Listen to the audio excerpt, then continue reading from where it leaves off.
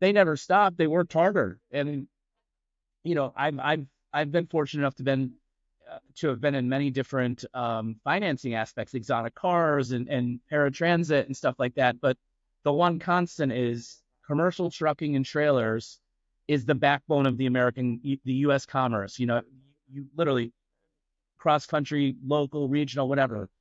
All you see are trucks and trailers on the road.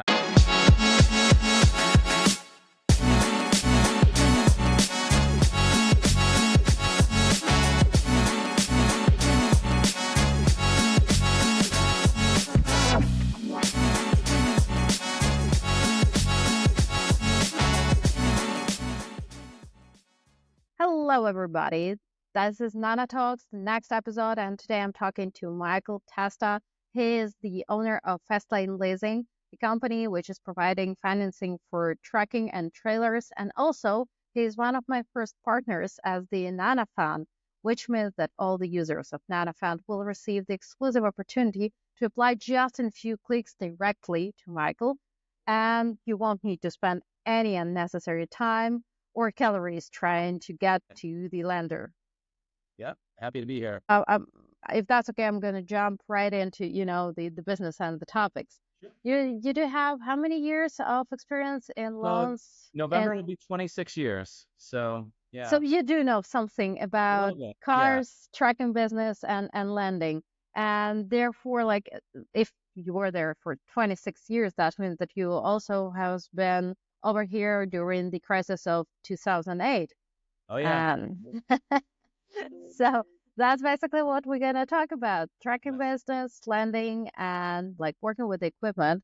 So when we're talking about today's state of business, we all do know that the interest rates are super high, Oh, which yeah. is absolutely understandable, right? We've like spent way too much. We've printed way too much money to cover up everything. Yeah.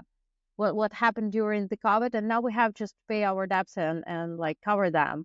But in general, do you feel that there is some, I don't know, like the speed of the deal and everything what is going on has been slowed down a little bit?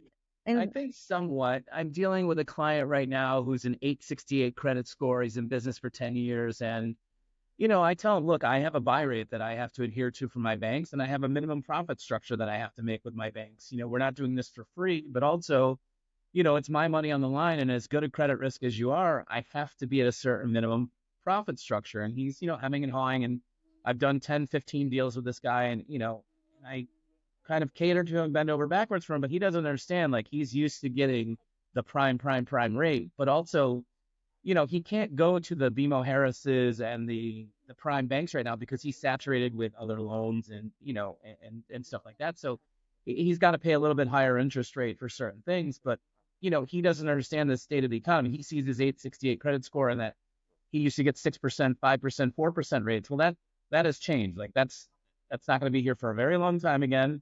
I mean, we're double, more than double what we were 2.5, 3 years ago in rate wise. So look, it'll change. It's going to change. I feel like very strongly for 2025 that things are going to start coming back down. Will it ever get back to 2% mortgage rates, 3%, loan rates of 4 or 5%? Probably not. But it's all cyclical. Like you mentioned, 2008, things were not good in 2008, 2009, and it rebounded slowly but surely, but it rebounded, and it always does. It's just whoever saw COVID coming, nobody, right? Nobody sees absolutely. pandemics coming, and it's not something we could have ever prepared for. So banks don't know what to do, and immediately telling you, like telling you one thing, doing another, changing it as it goes. So, who knows? But I think 2025 is going to start being the rebound year from 2020 and beyond, and rates are going to start looking a little better and normalizing, I guess you'd say.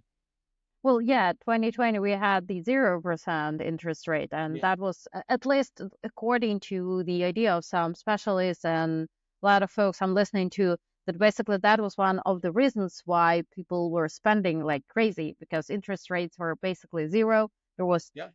tons of money out there, and now the credit scores are basically lower than we would expect it, because people has, as you mentioned, way too many of credit line, Oh yeah, open and they cannot cover everything.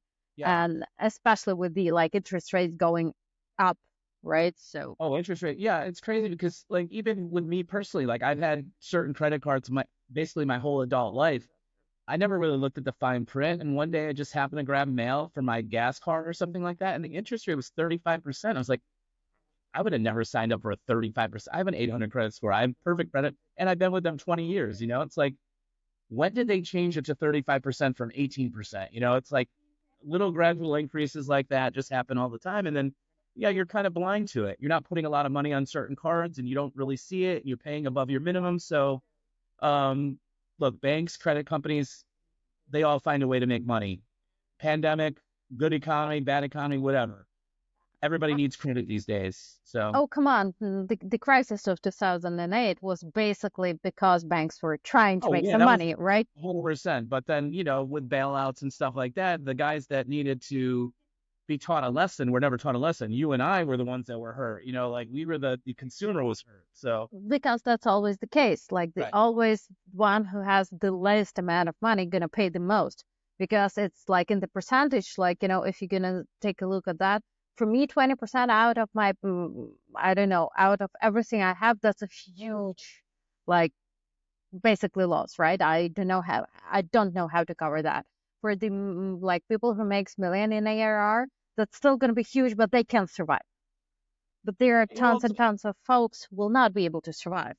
but you also saw back then in 2008, like mortgage companies and banks like offering, sign and drive basically. No income verification. If you had X amount of credit score, you're done. You can have three houses if you want, right? So, they build the problem, they make the problem, and then the world falls apart, and then we're left to hold the bag, have bad credit, foreclose on homes, and then the government says, "Okay, Mr. Bank, here's your bailout."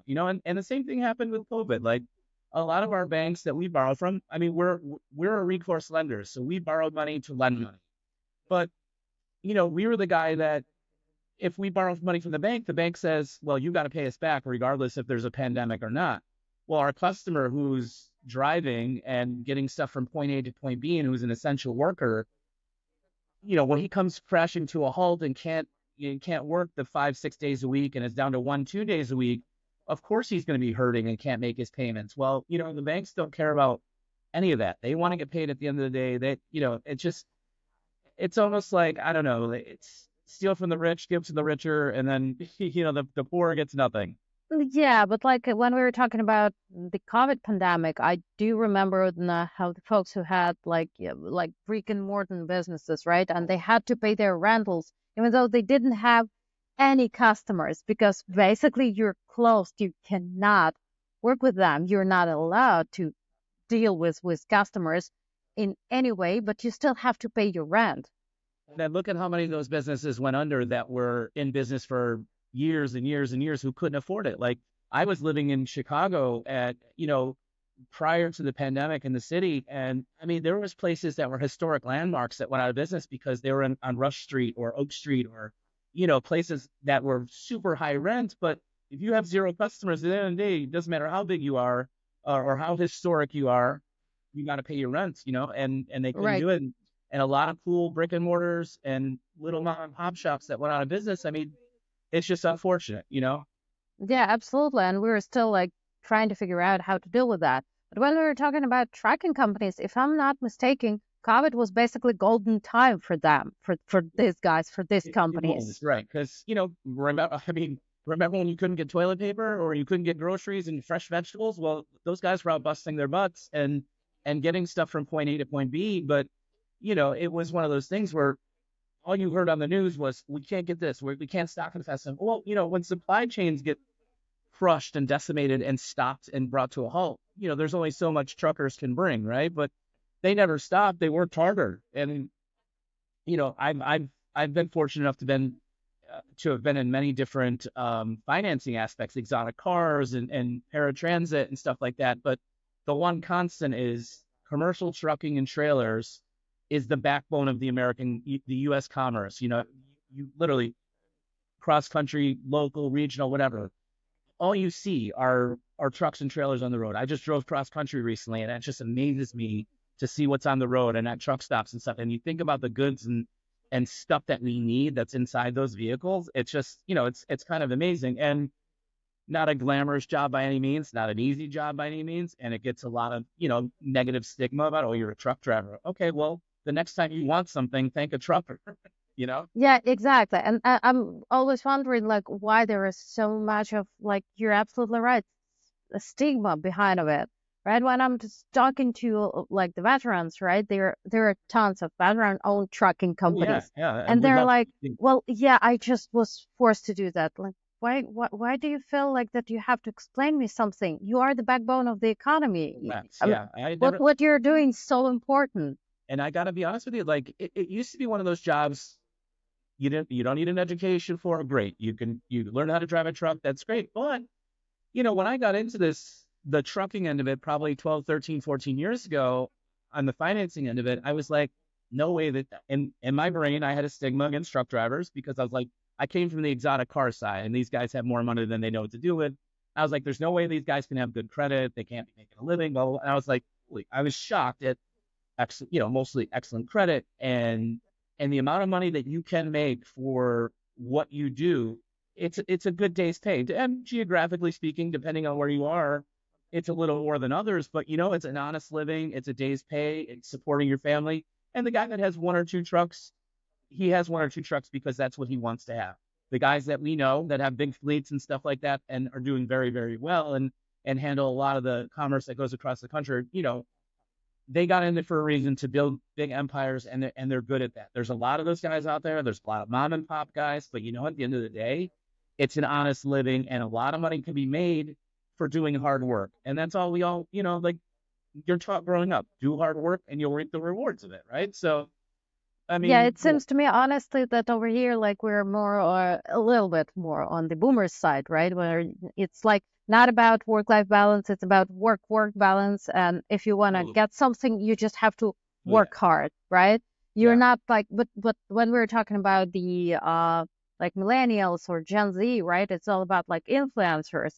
All you need to do is just one great TikTok video and you will become yeah. famous and that's it. But the problem is that you never know whether you will continue to be famous, Yeah, but right? that also is, again, saying the word cyclical. That's the flash in the pan right now, right? YouTube and making and being influencers and stuff. There's going to be the next wave of that, right? There's going to be something cooler that comes along where people are making their money and just not doing anything.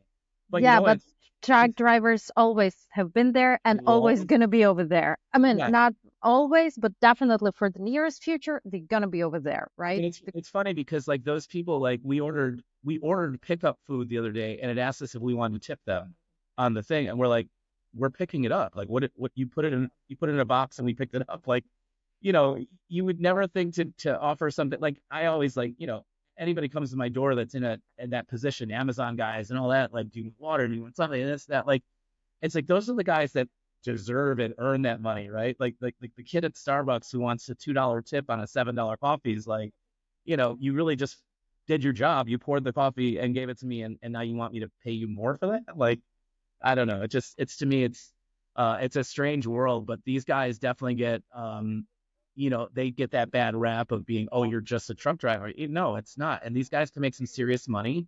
And these are the hardest working people you've ever seen in your life, by the way.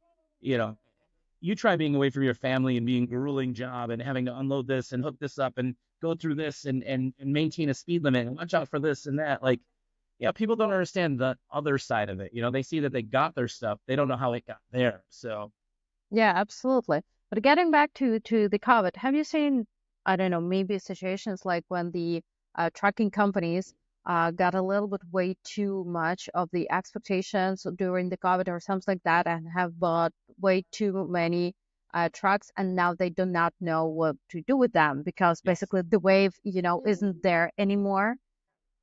yes. A lot of people got in trouble, a lot, especially the bigger guys.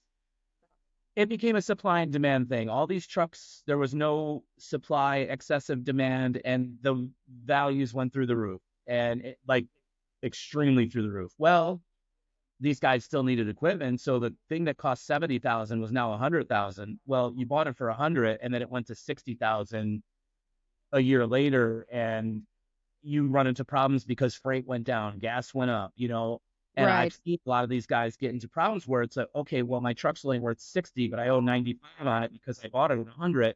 Well, I didn't dictate the market at the point. COVID shut things down and shut production down and shut, Volvo and Freightliner and all these guys from making stuff. So used equipment went through the roof. New equipment was 2 years back ordered. Um, and look, I mean, it's not their fault. They did need that equipment to get into it, but the dealers took advantage, as they will. And look, Toyotas and Hyundais and Kias and cars like that were, that should be 25,000. We're selling for 28,000, 30,000. Even used, as Early as years, I've heard. you'd never see that, right? Right. But it was the supply and demand and people just wanting to take advantage of that and take advantage conversely of us, the consumer. And these truck drivers are consumers too. They have to buy their trucks, their trailers, or this, or that. And yeah, a lot of these guys got into trouble because they overbought at a higher price than they could, and then the economy collapsed, and or they're getting $2, $3, $4 a mile, it went to $1.50, $2. Diesel went from $2.50 to $4.50 to $5. Well, insurance premiums doubled. It all spiraled downhill. We never lived through a pandemic. How would you know that that's going to happen? But I think if people are a little more educated on the possibilities of, I always said we're in this until the world, collapses or falls apart. Well, it did in 2020. We saw it collapsing around us. We didn't know what was going to happen, and for a year and a half, we're like, is the end here? Are we all going to be taken out by this? So I guess now I feel like people are getting a little more like, what happens if this happens again, and don't go above my means with buying. And believe me, I'm not in the business to tell people no, but I tell people no or suggest, hey, can you wait a little? Do you need 3 right now? Can you do 2 and maybe see in 3, 4 months and get another one? And look, a lot of people listen, and a lot of people they applaud my honesty because I'm like, I'm being honest because I don't want you to hurt me either down the road if something happens, but I don't want you to hurt either. This is your career. This is what you're doing. You can't really, if you want to be a trucker, you're a trucker basically for the long haul. So no pun Right. intended. That's Um, not a business you can jump on like for a year and then just like sell everything and forget right. about it, right? No, It's not gonna work that way. correct. Yeah, absolutely. But getting back to the crisis of 2008, like from the economy perspective, right? We just started to get to the point where we were before the crisis only in the 2014, 2015. So that was a long, like, bounce back within the 7, 8 years. Oh But yeah. like, how did the trucking companies and all other folks dealing with everything they had to deal at that moment of a time? Because mostly what we've heard about was about the mortgages and housing problems, etc., because that was more, I would say, like out In there, the right? news. Yeah. Yeah, everybody was talking about that. But like trucking companies, there is still like the equipment loans are one of the biggest loans, right? Available out there. The next going to be the mortgages. So they have to be also like fill that crisis. So how did the trucking companies get out of everything? Well, what people didn't see is that the owner operators, the small guys, were going out of business in droves. They were literally leaving their vehicles at the side of the road because they just couldn't hack it, couldn't handle it, and we lived through that too. A lot of the big guys got hurt, but if you're a one truck guy, losing your one truck is your business. That's it. If Right. you're a truck guy, you've lost 50% of your business. But a guy with 200 and he has 5 trucks down, he's going to be able to sustain, right? So the I only mean, takeaway I saw it was hurts, but it like you hurt. can live. It hurts the small guy because um, he'll take that that trip or that load or he'll take it at a lesser rate because he can. He doesn't have the higher organization to kick up to. He's the guy making it, so it's his time, his money. He knows what the gas and the insurance is. But the minute his truck goes down and it's a $30,000 repair and he's got 20,000 to his name, he's out of business. So it's and that happened a lot after the following years of the downturn of the economy and all that stuff. Right, right. Even going back to 2001 after 9/11 and stuff, and where commerce was halted for months and months and months, it was, again, 2008 came, it was the same thing. Like people were losing their businesses in droves, losing their vehicles. The bigger guys sustained. A lot of them got hurt, but um, you can't forecast for it, right? I mean, if you're not planning for the next big thing or what the potentials that could happen, you're going to find yourself in a bad position. And if you Google it right now, you're going to see some of the top trucking companies in the world are going out of business, filing for bankruptcy, having trouble because they got bigger and bigger and bigger off the small guy losing his business, right? But it doesn't, sometimes it doesn't work that way because they can't take the load at a lesser rate because their insurance premium is a gazillion times bigger than that guy. So, and it's unfortunate seeing these huge guys go out of business, but they do it to themselves. They, they don't want the little guy to succeed. They want the little guy to come work for them rather than the little guy being his own business. And, it's kind of a sad state, but it's just, that's how business is. And it's how it always has been. And that's the reason there's monopolies and stuff like that. It's unfortunate. The little guy always gets hurt in the end. Economy has a big thing to do with that. So Yeah, absolutely. But I'm keep hearing more and more and more, even from the like, super classical investors and etc., that this is the perfect timing to invest in the so-called stable and backbone businesses like yeah, manufacturing, agreed. trucking, Yeah. etc. Do you see a lot of investments like, circling in the tracking business? Have you heard about Well, anything like that?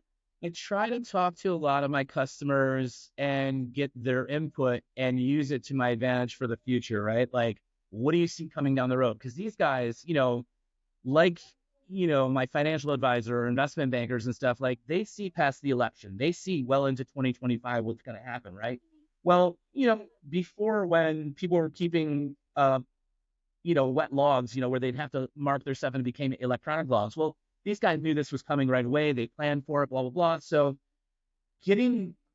staying on top of what is happening in the industry, like freight loads and this and that, and seeing like in certain parts of the country where warehousing and logistics is taking off. Like I've just recently moved to South Carolina, and there's BMW is here already, but they're building an electric factory here, electric car factory here, and there's another battery company coming here. Michelin is here, Bausch and Lomb is here, and you'll notice all up and down the East Coast, it's very truck heavy, because Absolutely. the ports are up in New York, Delaware, Maryland, and stuff like that, and then it's just I guess knowing your surroundings, knowing what's coming next, where you can make your money, where you can lose your money too. Um, people who haul food and refrigerated goods. Well, there's a great market for that. But, you know, Walmart and places like that and Target, like they go out and they price these things out and they want to pay they're billion-dollar companies. They want to pay as little as they can for logistics, right? I mean, to make their profit margins higher. It is what it is. And, while the little guy would love to jump on that, the big guy is all over it because he's like, oh, well, I have the Walmart contract. I'm set for the next 20 years. It's like if you have 200 trucks, you can do that. If you have two trucks, you can't live off that because they want to pay nothing. And you're forced to kind of go find work where you can. But I just tell people, like, I ask them questions. What do you see? What do you see? It's not good right now. A lot of people are saying it's a bad time for trucking, but it's a good time to buckle down, plan ahead, prepare, save your pennies, and equipment is down right now. In my opinion, it's the used market is down, which is great to see. And So now is a that's the good good time. time to buy, right? Now's a good time to buy, right? And Right. I'm working on some deals right now where guys are trying to load up on this cheap equipment, and I'm saying, no, which is good, as long as you can sustain it and all that, but plan ahead, think smartly, like if you don't need 5 trucks, don't get 5 trucks because they're priced right, and they're sitting and you have to pay for them with no drivers and insurance and all that. So, if you could get away with 3, do 3, just, I want to help you help me. And I would hope they would feel the same way. Like, I'm a very open book with people. Like, if you're having trouble, let me see if I can help you, but come to me. Don't don't be embarrassed that you can't make your payment or something's up or you're down or this, that, the other thing. Like, we'll work together. I'm a small independent finance company. I know what it's like. I've seen all, big, small, everything. So I just tell people, just watch your surroundings, watch what's going on, plan for it, bank your money, just and don't grow too big too fast. Oh yeah, absolutely. And I was wondering, like, how often do you see, or how often folks are coming to you with the financial projections and plans and everything, ready to go? Because I do know that most are forced, basically, right, to have their business plans, but there is slight difference between business plans and financial projections. Yeah, well, but hopefully the economy is stabilized and can't get worse. I mean, I see people in their 5-year plans. It's like, make it through year one, make it through year two. The 5-year looks great, but year three, you don't know. COVID-2 could come. It's like, I'm an err on the side of caution always. Like that the worst case scenario could happen. And I guess that can be a negative thing, but it's a realism thing with me. It's like, I would never want to put a customer in a position to fail. I all the time, like, I think I said this, like, if a guy wants $100,000 vehicle and the payment is way more than I think he can afford, and there's a $70,000 or $60,000 vehicle that will suit him just fine and help him get to the next step, do that. Like, I suggest that all the time. Like, let me help you get to the next level. You don't need that because it's 1 year newer, it's $30,000 more. Right. If it's a good vehicle that's priced right, can help you make money in the next couple of years, do that and then get the expensive one. Like, who knows what's going to happen? And a lot of these guys try to go compete with the next guy and I have to have this, I have to have this, and I have to have this, but get to what's right for you. Don't overspend. And I calculate payments for these guys all the time. And I'm like, yeah, don't you think that's a little out of what you can afford right now? I noticed that, you had a $1,500 payment most recently on your truck. Do you think you really need to go to 3,500? That's a lot more. If we got you something 2,000 or 2,200, wouldn't that be a little better? Yeah, yeah, yeah. You'll get some resistance with that, but again, it's like, that's knowing your surroundings and knowing what you can afford, what's to come. What if I lose this? What if what ifs? So Yeah, the biggest problem with that, I would say, that you will never be able to see all what ifs, right? But correct. you Yeah. can at least plan for the worst Yeah. of them, or Worst like case just scenario, right? mitigate. Yeah, yeah, yeah, mitigate the worst like scenarios. You're absolutely right. So talking about like what's coming, I'm keep again hearing more and more and more stuff and things about possible robotic trucks, being The autonomous issue. driving. Yeah, yeah, yeah. Something like that, like Waymo, right? The Yeah. autonomous drivers, like taxi in a app. I've tried it, and honestly, in my opinion, the style of driving was better, much better than the typical Uber driver. Yeah. Well, That was super I just safe, moved, super like, I smooth. just moved from Arizona, where Waymo was having a lot of the problems with getting into accidents and not being able to judge construction zones. I think we're a long way from. I think there's a lot more testing to be involved. Like, I think Anheuser-Busch or one of these companies in the past 5 years rolled out an autonomous truck going through the mountains of Colorado. Oh No, yeah, God. that's scary. It's like, I don't know that I'd want to test that on a mountain in Colorado, but with look, I mean, Tesla. maybe a short distance, maybe, I don't know, Yeah. very straightforward distance.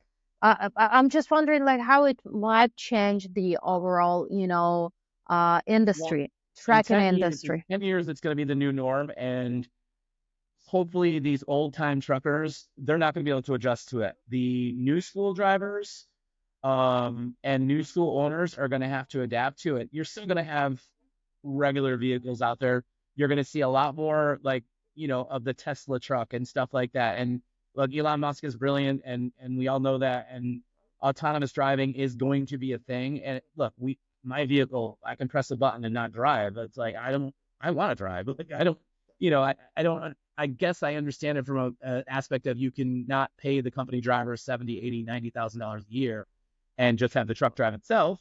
Yeah, but other than that, it's also about insurance. Most probably the insurance going to be a little bit lower because of Right. the eliminating so-called human mistakes, right?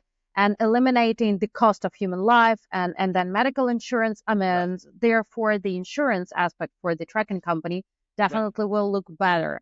But Every time that you see one of these autonomous vehicles get into an accident or go down like it recently just happened in Arizona where he went down the wrong way and hit somebody, whatever, it's pushing it back years and years and years. There's going to be more testing, blah, blah, blah. So I don't know when they're going to perfect it. My guess is within the next 10 years and probably about 10 years that it's going to be the new norm and you're going to see driverless vehicles. honestly, it seems to me that it will be normalized not through the testing, the algorithm by themselves, but going the vice versa, creating the specific lanes only for the autonomous Correct. tracking, and to let to this specific lane only robotic basically cars because they can talk to each other in a way, right? And they won't make any human mistakes, Oh, I forgot about something now. I really need to change the lane right away, right under your nose, right? They don't do something like that, which means that the specific lanes with the where the only these cars will be Yeah, able no, I to agree. drive, right? That was probably going to be the solution for the problem because it doesn't really matter how brilliant going to be the algorithm as long as you're surrounded by the human beings who doesn't have any algorithm, Right. uh, you will never be able to predict again all ifs because that's impossible. Well, look, we're going into 2025.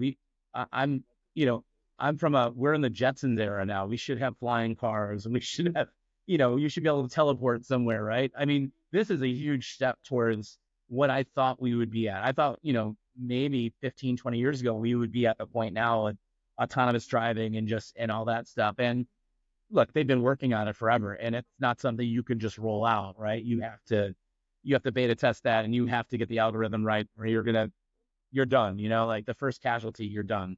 So it's Yeah, cool to absolutely. see. It's cool to see from my standpoint as somebody who likes, you know, things, like cool stuff like that. But from looking at how many little guys I deal with who are never going to be able to adapt to that, keep up with that, it's kind of it's pushing, pushing, pushing and saying, hey, it's a new era. You old school guys have to go and find something else to do because I mean, it seems to me that at the end of the day, as always, it will be about the ROI, right?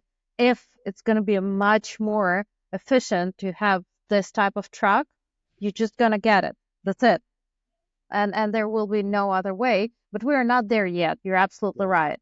And I was wondering, like, about the another aspect of the modern life, right? Is the electric vehicles, especially when we were talking about California. I've heard that California are thinking about the law which will in prohibit, two years, I think, yeah. yeah, something like that, prohibit to use gasoline-based vehicles like in overall along all state, which means from what I understood, but I haven't. I have to admit it. I haven't paid, enough attention. I didn't go through all the documents and etc. But from my understanding, that also meant that the truck's supposed to be electric or at least hybrid.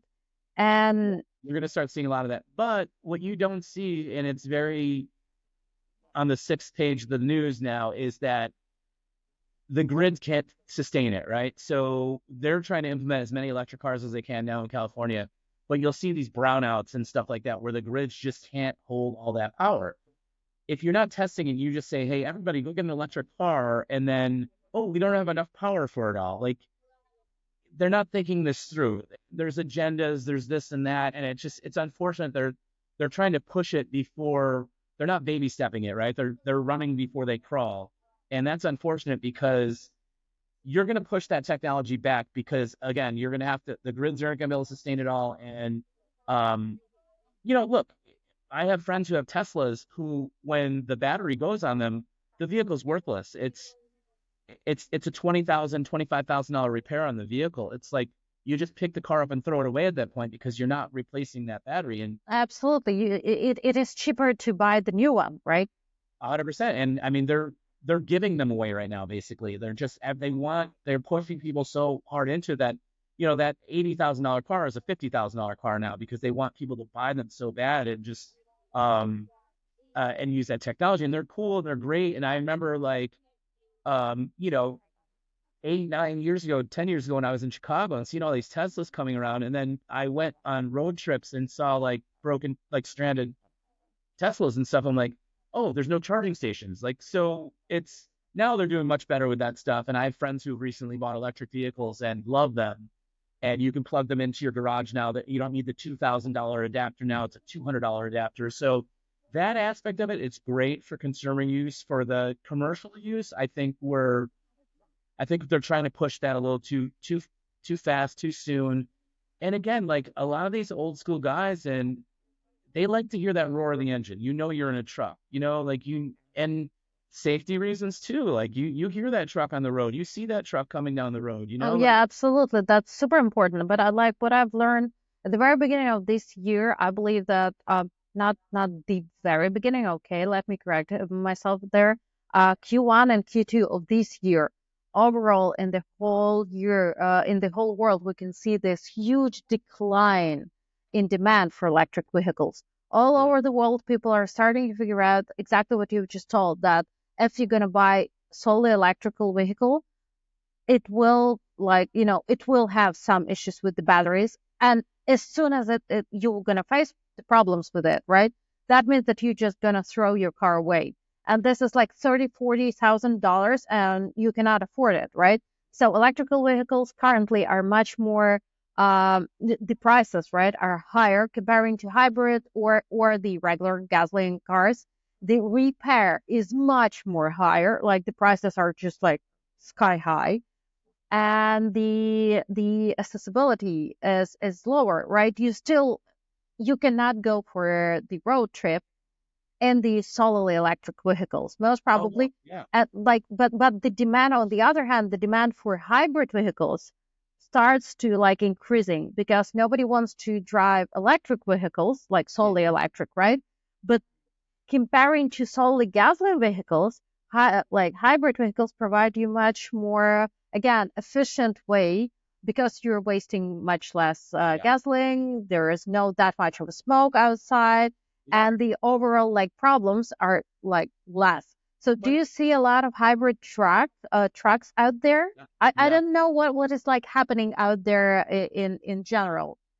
You don't. But you know what? It's a smart model because look, 25 years ago or whenever it came out, the Prius was a hybrid. Everybody wanted them, right? Californians, Still everybody wanted them. Everybody is like right? laughing at them that they're disgusting, they look bad, yada yada yada, but everybody wants them. When you switch it to gas mode, it's 75 miles to the gallon, right? And Yeah, the right. rest you can drive into a hybrid mode.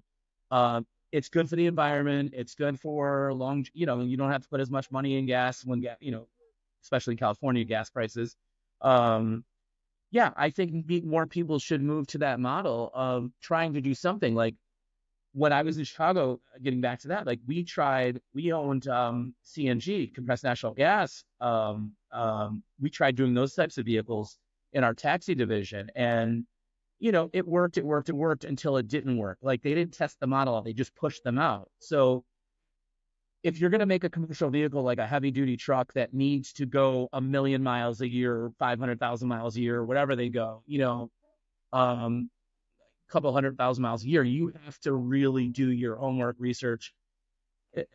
Downtime is the killer and the enemy of the trucking owner, right? So having a half diesel, half hybrid, half electric, whatever they're going to make it would efficiency wise would help the environment. Obviously, it would cut the cost of the owner in half, because look, diesel was never more than gas. Diesel was always the cheaper alternative. The fuel diesel is more expensive right now than anything else. And it's a shame because, you see these guys and I see what they spend a week, a year, month, on just gasoline alone. And it's like, holy, like it's just insane. So having an alternative that I think would be amazing.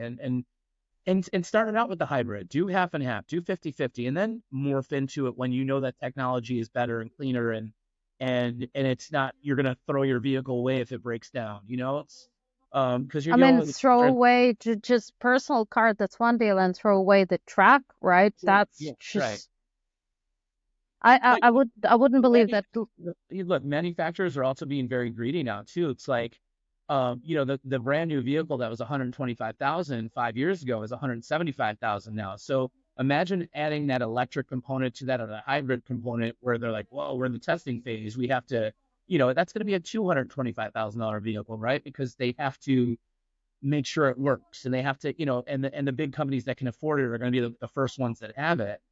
But the little guy's never going to be able to afford that.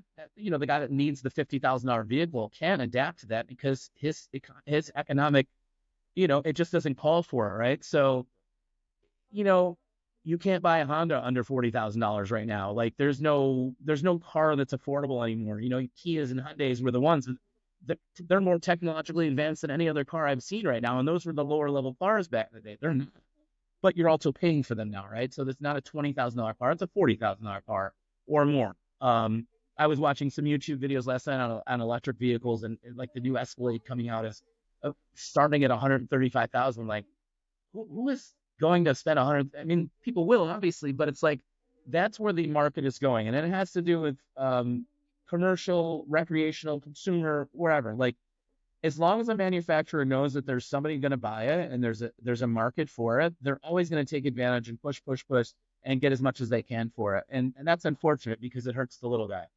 I'm wondering whether it's going to have the positive influence in overall in business and then like trucking situation, especially when we were talking about manufacturers after this idea of the deglobalization will start to booming, right? To move all the manufacturing back to United States and starting to produce more inside the country rather than just, importing everything from China, Taiwan, Vietnam, you name it, right? Yeah, From the other yeah. countries.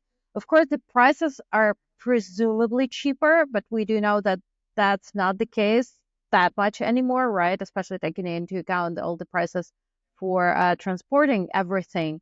And like at least I'm keep getting that more and more and more that there is the possibility that we will deglobalize a little bit, which means that all the manufacturing will, move back to the country and which will We, create a we bit certainly more. need it. We certainly need to stop outsourcing things and buy local. But conversely speaking, American made products have fallen off over the years, and I think that's a big reason. Like, if you go to Europe and you go to places like that, you'll see, I mean, even the truckers over there, you'll see people still driving 25, 30-year-old vehicles that are just made better, um, it kind of amazes me now. Like, look, again, we have manufacturers here in the States that are making foreign cars now, which is crazy, right? They're not bringing them over on the, the containers and stuff like that anymore, which is great. I think we need to nobody wants to work in a factory now. It's a meaningless job, right? They get paid very well, but I it's one of mean, those less jobs. manufacturing is still like backbone of the economy. It's like manufacturing and 100%. trucks, isn't it? I mean, 100%. Yeah, and people have to get over that hurdle of, oh, I'm just this. Well, you're not just this. You're the one that's putting the transmission in the vehicle that I'm driving to get me to my job. So like I don't know. It just people have, and I think that's why a lot of stuff went to other places is because they don't care. Like China and Vietnam and places like that. I mean, they work 16, 18 hours a day, and they get the products back over to it's like, where would you ever tell anybody in this country that they can't, and people don't want to work 8-hour days here. So I mean, it's let's be all honest there. Nobody wants to work, no, yeah, 10 hours. If we could, we wouldn't work. I mean, correct. but but other than that, it seems to me that there's supposed to be that's as you mentioned from the very beginning, right? That's the way of nature. We will get back to this situation when the backbone related industries will be on the top of the being the most famous at Right. the end of the day, right? The manufacturing, tracking, uh oil and gas industry or other any other type of like and energy connected industries gonna be on the top of the list because basically they're making tons of money even nowadays. They're not that just shiny and glimmering and glittering anymore because oh you're just working at the factory, oh wow you're just an engineer, come on. Like a couple of Yeah. years ago, like 20, 30 years ago, to be an engineer that was Yeah. something, That right? was a prestigious job. Yeah. That was like being, I don't know, MD or being the This lawyer, right? the To be an great thing. engineer. You need a lot of schooling for it, but you're a master in your craft, right? Like nobody can do what you do, hopefully, as good as you. Um, but you also have in this day and age, like the Amazons and the Ubers and places like that, like they're starting to tiptoe into our arena now, right? Like Jeff Bezos and guys like that, they want to make their own trucking company. Uber wants to make their own Uber Freight, and um, it takes away from the guys like they want to. Tesla is building trucks and stuff like that. It takes away from the Freightliner companies and the Volvo and places like that, because they see that, okay, well, everybody's using our products, and why don't we just cut out the middleman and make make our own trucks, make our own trucking companies and stuff like that. So I'm seeing that a lot too. It's funny because there's not enough vehicles on the road right now to sustain all the Amazon traffic. Like I just had a Penske truck show up at my house to deliver something, and a person with a FedEx uniform got out of it. I'm like, okay, that's weird. Like, who are you delivering for? You know, FedEx, who? And I'm like, I didn't get a chance to ask them the question, but I was like, they're having to rent vehicles now because there's not enough manufactured vehicles on the road to handle all the people that are ordering Amazon 5 times a week like we are, So um I think that's going to disrupt this economy and this commercial trucking thing too, because you're going to start seeing the big guys having to compete with the bigger guys, right? Nobody can compete with Jeff Bezos and Amazon or Elon Musk and those guys, but they can flick their finger and say, you're a $150 million company. You're nothing. Like we'll make that in a month or a week. With our products. So, I agree and disagree with you at the same time. When we were talking about my bubble, right? I'm more on the technical side of a business. We keep getting that like all the day, every day. Like, why won't you name it, Credit Karma or like, Amazon? Why won't they do that? Because they're way too big. They cannot do that. It's not about like every startup founder at some point of a time have heard that at least once. Why do you think that Uber won't do that? Because if they could, they already have done it. In yeah, most I cases, think you'd be surprised at what's behind the scenes and what is going to. I mean, regarding the truck and stuff and things, especially when we were talking about Amazon, I tend to believe that they're gonna make it happen because Oh, they yeah. have like I've been in Denver, I believe, like not in Denver, but like close to Denver in Aurora City. And there is a huge Amazon facility, like incredibly big. And because of that, the whole city started to build around, this you literally can see and feel that, oh, this house has been built within the like the last 5 years. You can feel that, right? You can see that. So the whole city is building around those facilities, and But they need their trucks. years, but 50 years ago, that was Detroit and Chevy, Ford, or longer. Like people built around those car factories. Their whole towns and cities were factory workers, and now everybody wants to go work at the fulfillment center. They pay well. It's a good job. And people are building their lives around it. Like again, here with BMW building another factory, there's houses and apartments going up in droves, and you know who's picking them up? BMW's buying them. So Of course, for their basically workers and etc., right, right? right. So it's like, yeah, you're building cities around a manufacturer. You're building towns and growth, which is great. Like I moved to Arizona 7 years ago, and I saw a little town that I was in become a big, big town and have more commerce and growth and this and that. And it's good to see and building it out into the country and stuff like that. It's great to see, but at some point, I don't know. It's just there's only so much land, there's only so much development, there's only so much. Absolutely. But like what I was leading to is that if you're building this whole facilities and cities, right, someone has to deliver to these Right. cities, as you mentioned, right? You're requesting deliver 5 times per week because you've just moved to South Carolina, right? Right. Which means that like Amazon has to deliver it. But let's imagine that the whole city just moved, Right. Yeah. right? They're living in the state we've just moved for Yeah. say a year, and the Amazon has the facility. Yeah, I do understand that maybe Amazon would like to have their own trucking company to deliver everything, right? You're requesting to their customers directly. But I was wondering, like you mentioned that in your opinion, that would disrupt the whole trucking industry. Disrupt in what way? Did you think that it's going to be more competition and therefore more fair prices, or in a bad way? I think it's going to push yeah, I think the bigger companies are going to make less money because they have to compete with, look, Bezos can do whatever he wants, literally. He can build what he wants, do what he wants. There's no boundary for him. He's got an unlimited checkbook, right? So if he wants to make an electric vehicle or a vehicle that runs on gas, or beer for that, he'll make it, and he'll make it to his benefit, right? Like, it's cost effective for Amazon and my company to do this.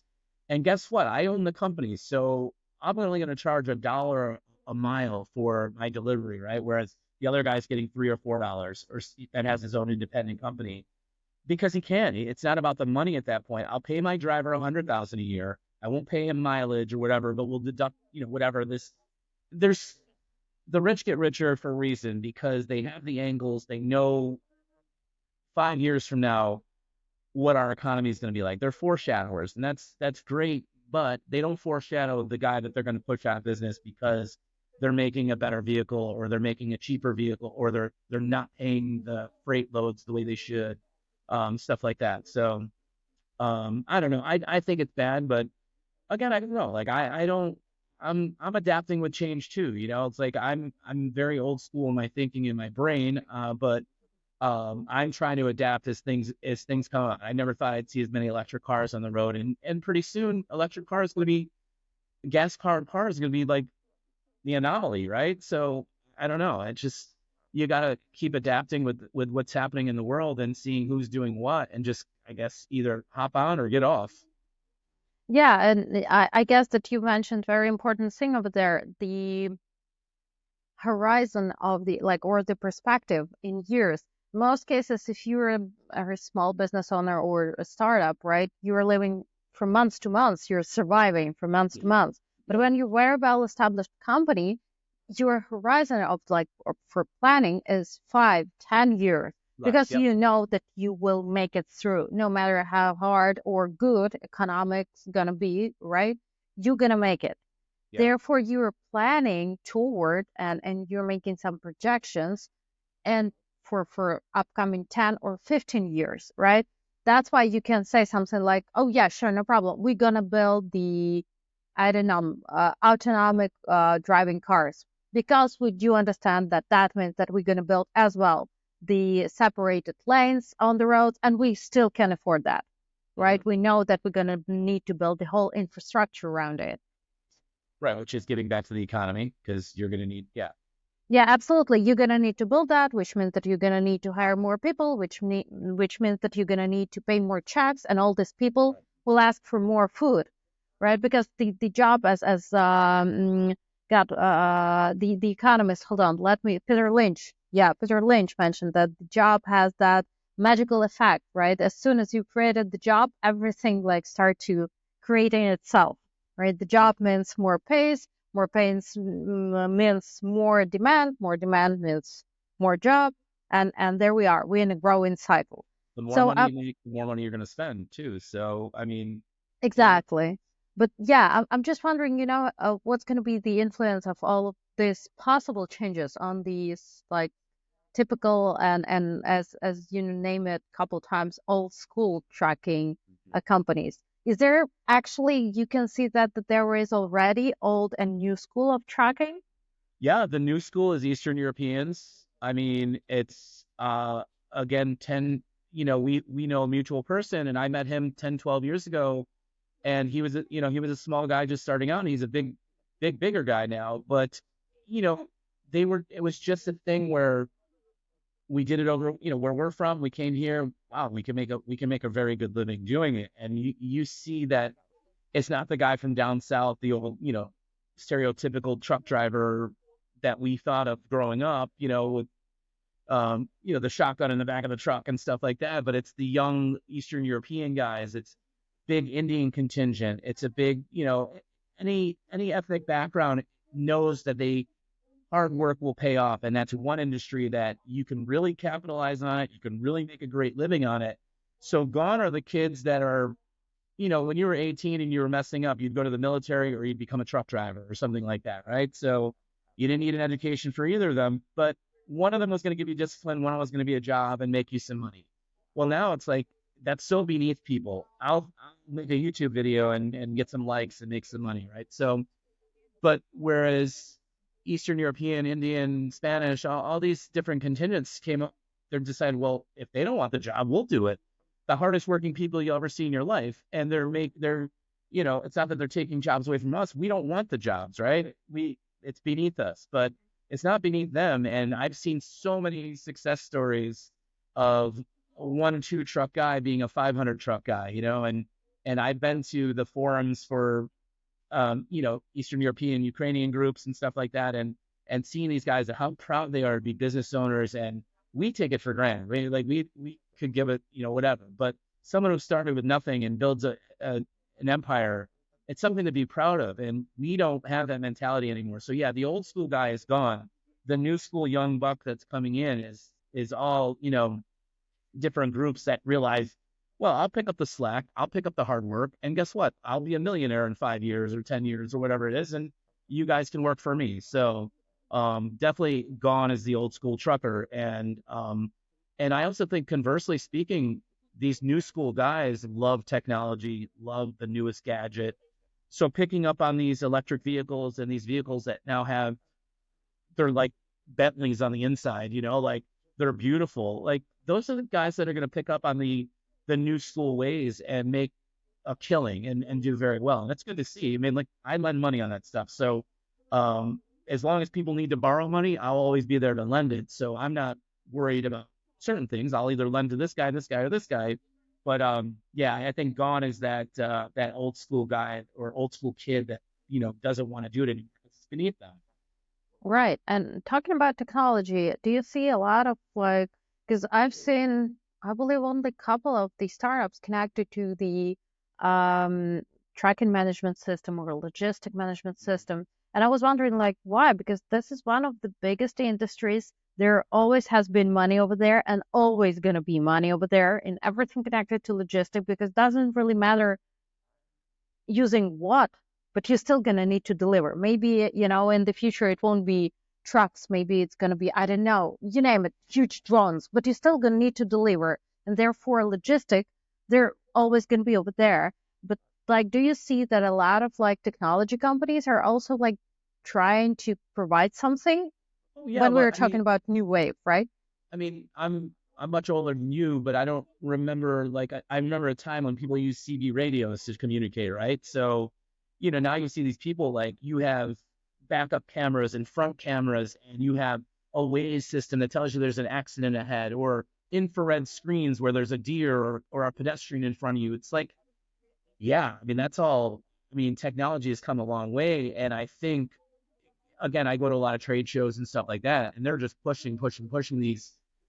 Look, it's a safety thing. If you save one life, that's a great thing, right? So next time you're on the highway, see how many trucks and trailers are driving out there. It's like, wow, that's a lot of potential for disaster. And if you can make some technology that where the guy can see it down the road that there's an accident or this, or he can stop more in time and stuff like that. I mean, that to me is a no brainer. And technology is really, really heavy in logistics now because um, again, it's point A to point B, right? I mean, nothing gets from there to there without it.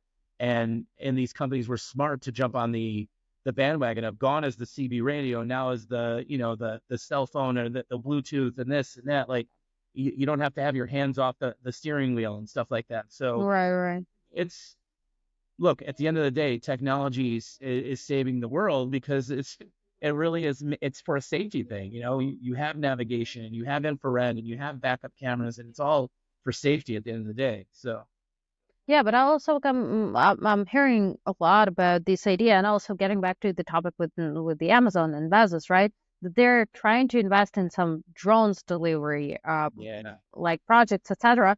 Mostly trying to solve the problem with the uh, delivery delays because of the yeah. traffic jams and like and different car crash and lives happening on the roads. So do you also see that like coming up a lot? Have Yeah, that already starting to disrupt this like aspect of tracking or not that much? I think so. I've seen that they've rolled it out in certain areas, like even I lived somewhere, maybe it was Chicago, where they had drone food deliveries and stuff like that, right? I think that's like your ultimate beta test. Order a cheeseburger, have it delivered by a drone.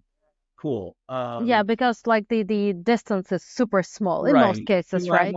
Do I want a pallet of goods being shipped to me by a drone? Probably not. But look, we do a lot in the military with drones. Like, they do everything with drones now. And is the technology coming? Yeah, it is. I'm sure it's being beta tested in a desert somewhere that we don't know about. And yeah, Oh, that's come on. another. It's been tested in Ukraine. You don't need deserts. You have Yeah, the whole country, to do that's that. true. That whole thing. No, and that's unfortunate.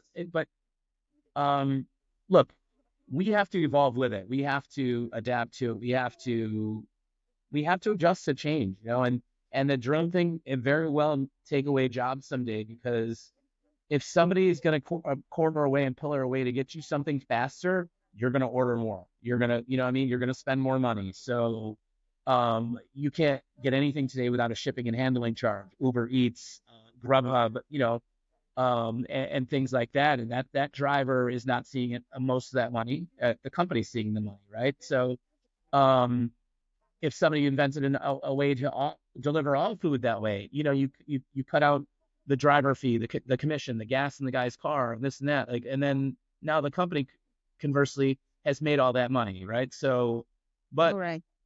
that driver is out of a job. So But I mean, this driver can figure out, hopefully, right, something else hopefully, yeah. But to certain work on. people are well, we have a lazy country, unfortunately, but nobody wants to get their hands dirty or feet dirty anymore. And I was asking a friend with children, like, do kids even take like shop class anymore? Do they learn anything with tools? Nope, it's nothing. Like, my next door neighbor has a 4-year-old or a 5-year-old, and they have Chromebooks they're sent home with. Like, it's like, wow, like, I don't even know how to use one. So I'm like, it's Yeah, my son also is getting back home like with a Chromebook. But like yeah, honestly, what I do find very alarming is the fact I don't know if that's applicable to all schools or I do not really know. But yeah, when I'm comparing the like the program for the fourth grade at Ukraine and the program for the fourth grade in United States, I mean, it is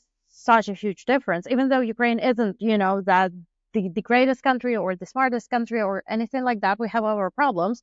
But I know for a fact that my son could solve much more yeah. complex tasks and problems being at the first grade in Ukraine that right here, right now, being at the fourth grade in United States. If I wouldn't push him, like I basically I do buy the books from Ukraine. They sending it to me, and now I'm sitting with my son together after school and going through those books. And for his class, he's like the greatest, the smartest because he knows so many. But for like Ukrainian children, he would be just an average.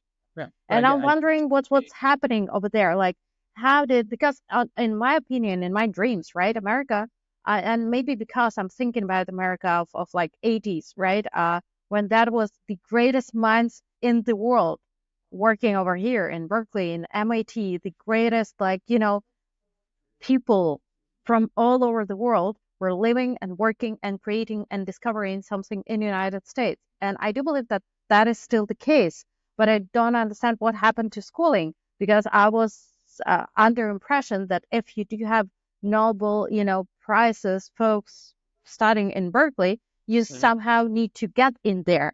Right. And having this mediocre, to say at least, school education, how you get there? Like, Right. well, like I just do not understand how you are covering that gap. Do they show your son how to do cursive writing in school? I don't believe so. I showed him, Like, but I'm saying, like, we had penmanship class in school when I was growing up. Like, you had to learn, right? So I mean, I get but he guarantee. asked me like, I have to be honest here. He asked me like, why the hell I need it? Like, I know how to type, and because you have to develop your brain. Sign a check. That's that's not about it. The Yeah. micro, like basically the micro exercises are developing your brain, and when you're super young, that's super important to build up all these electrical, connections in your brain to basically make sure that in the future you will be able, because of all these electrical connections will be set, you will be able just to think a little bit faster But I guarantee if because I it is like, handed your son my cell phone, he would show me how to use it, and things that I never use and don't know anything about. He would school me on that instantly, I'm sure.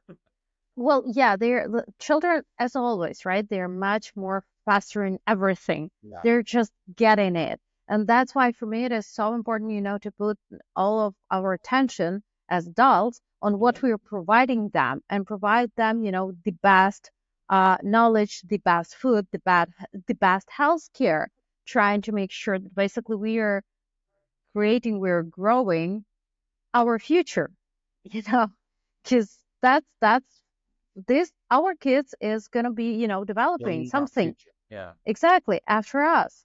And for me it is important to make sure that my son will understand the basics and will understand everything or as much as I can, Yeah. right, after You got I'm a lot of gone. tools in your day. So But yeah, I'm wondering, like, I don't know if you've seen that, or like what happened, because I'm sure that the schooling situation was much better, like, couple or 10 or decades ago, I don't know. But like, what happened and why? I I don't have children, so I don't know, and but I just go by what my friends and say. It's just, like, again, teachers don't want to teach anymore. Teachers want to put you in front of a video or go on your book, and that there's no hands-on anymore. I feel like we've become a very hands-off. Everything's YouTube and everything's like Google it, or like that's how you're problem solving now. You're not doing long math anymore. You're I don't know. It's just, to me, that's one of the downfalls of technology. It's great, and I love it. I use technology every day. I use Google for everything. But I guess if I was in fifth grade again or sixth grade and just learning, just getting into that point of going before high school, like where you're learning all your formative stuff. I don't know if I could do it these days because it's just like there's no, I don't know, there's no hands-onness. I guess I don't know. To me, I don't. That's very interesting perspective. I've never thought about it, honestly. That, I do know that when I was at school, we had the amazing, incredible physics teacher. He was Yeah. so good that out of the class of 30 children, 20 have won some prizes at Wow. physics. He was that good. He Wow. was That's that amazing. good that we basically we we were asking, other teachers to excuse us so we could let go to the bathroom. But basically what we've done, we've run to the classes and we've listened to his lessons Wow. That's amazing. because he was so amazing. Yeah. and That's so and he didn't use more of that. anything, Yeah. like no technology, nothing. He was just in love with But physics. he found a way to capture their attention, obviously, right? I mean, physics isn't really like one of those things that you're going to sit there and go, oh, physics, right? He found a Well, way to capture their attention, and it worked. So, I'm telling you, 2020, we're having some right. prices. I do remember that, like, that case, like when we were like 20 of us from one class, we went to the some I do not remember, but some competition, and there was like, well, there is 20 first places because you've all done everything perfectly, and we like there is 20 first places, so like, congrats. Yeah. And they feel like, I do remember that they keep giving us, more and more and more tasks, and we were like, yeah, done, next, done, next. And there you go, 21st places, because the teacher was so good. Yeah. You wouldn't find that in America. I mean, I think that there are, because the Hopefully teachers. there is. I mean, I don't like it. It's sad to think that I was I went to Catholic school, so I had to wear a uniform, and I'm old enough where I had nuns and priests teaching, right? So you couldn't screw around, but I was a class clown, and I spent a lot of my time daydreaming, not being a good student. And then I look back now, and I wish I had done it a different way. Luckily I changed my ways as an adult, but I see these kids who have a fallback with, oh, well, if that doesn't work, I'll just start a YouTube channel, or I'll just do I'll make robots or something. Like it's like there's an outlet for everything now where you don't need education as much, and people are shying away from the learning aspect of thing. Just you saying a teacher captured that many people's attention in a subject that's not, I would be in space, right? So If it was sports related, I would be okay, but That's yeah, exactly what he was using. He knows everybody by names and he knows what we are into, right. what And our that's interests, what you teach. hobbies. Exactly. You find almost their weakness and you build off of that, right? Like, and that captures their attention and makes you willing. You want to go back the next day. You were sneaking out of class to go see this guy, right? So, Yeah, it's absolutely. amazing. And we were absolutely in love with him, Yeah. everybody. And You know what and happened to him? well, he's still teaching and everybody's still in love with him. That's awesome. That like I don't know how he's doing that. I think that he has that rare gift, when he's in love with his like the subject he's teaching, and also he loves to explain.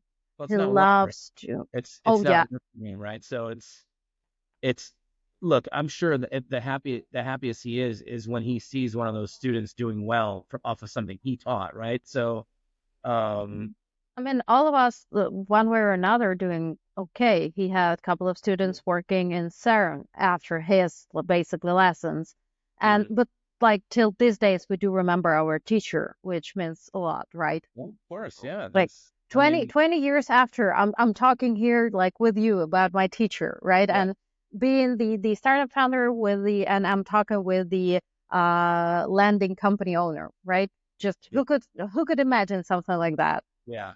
Well, anyways, just to wrap up our conversation, first of all, thank you so much for your Of time. course. Thanks for having me. Oh yeah, it was a great pleasure and honor, and amazing conversation. Thank you so much because honestly, you brought so many new angles and perspectives to all the questions I've thought about, starting from the robotic cars and up to the disrupting the trucking industry. And I Right. really, really believe and wanted to see that in Yeah. next maybe decade or two, we're gonna remind ourselves how important trucking and Yeah. manufacturing are and why this is a noble job. I would like to have the same conversation in a year and see where we are, a year and then 5 years, just you and I talking and seeing what happened from today forward. And hopefully it's for the better and for the people, like at the end of the day, you don't want anyone to suffer. And look, us too, like we're consumers too. We're business owners, we're consumers, we're both ends of it. So, it's going to be interesting to see what happens. Oh yeah, absolutely. I'm here with you.